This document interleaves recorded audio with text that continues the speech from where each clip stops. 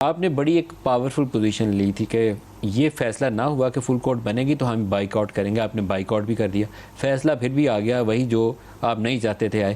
اب آپ نے لیگل ریفارمز کی بات کی ہے اور آپ نے لیگل ریفارمز آئیڈینٹیفائی بھی کر دیے. بینچ کی تشکیل کا معاملہ, نئے ججز کی تعیناتی کا معاملہ, کیا کریں گے؟ آپ کے پاس تو اتنی اکثریت نہیں ہے ابھی. نہیں دیکھیں, اس میں جو بنیادی بات ہے کہ جوڈیشری جو ہے وہ انڈیپینڈنٹ ہونی چاہیے.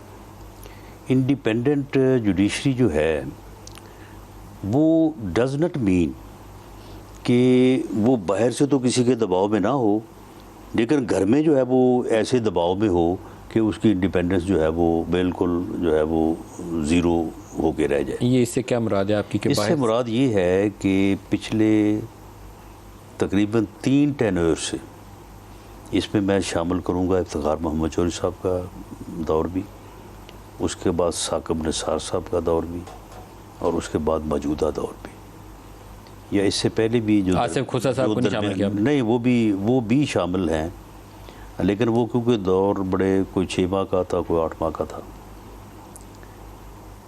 Judiciary does not mean only chief justice of any High Court اور چیف جسٹس آف پاکستان.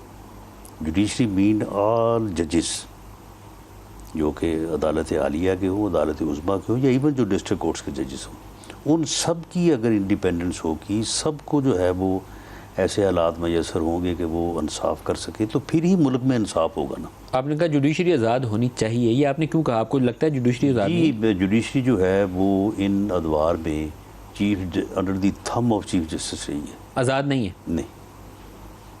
یہ بہت بڑی سٹیٹمنٹ دے رہے ہیں. ہم بالکل, اس میں آپ ایک نہیں, اس میں آپ کو کئی واقعات کی جو ہے وہ آپ ان کا ریفرنس دے سکتے ہیں, ان کا جو ہے وہ آپ تجزیہ کر سکتے ہیں. آپ ریسنٹلی کر لیں کہ کیا سپریم کورٹ صرف 3 ججز کے اوپر مشتمل ہے؟ ہر وہ اہم فیصلہ جو ہے وہ انہی بینچز نے کی, اسی بینچ نے کیا ہے, اور اس بینچ میں وہی لوگ ہوئے ہیں, وہی جج صاحبان ہوئے ہیں. یعنی میں کسی کی انٹیگریٹی کے اوپر جو ہے وہ سوال نہیں اٹھا سکتا, نہ میں اٹھاتا ہوں, لیکن یہ ایک ایسی بات ہے کہ جس کو میں صرف محسوس نہیں کر رہا, اس کو بردر ججز جو ہے, جو قاضی فیض عیسیٰ کا خط ہے, اس کو آپ A to Z پڑھ لیں, اس کے بعد کو باقی چیز رہ جاتی ہے.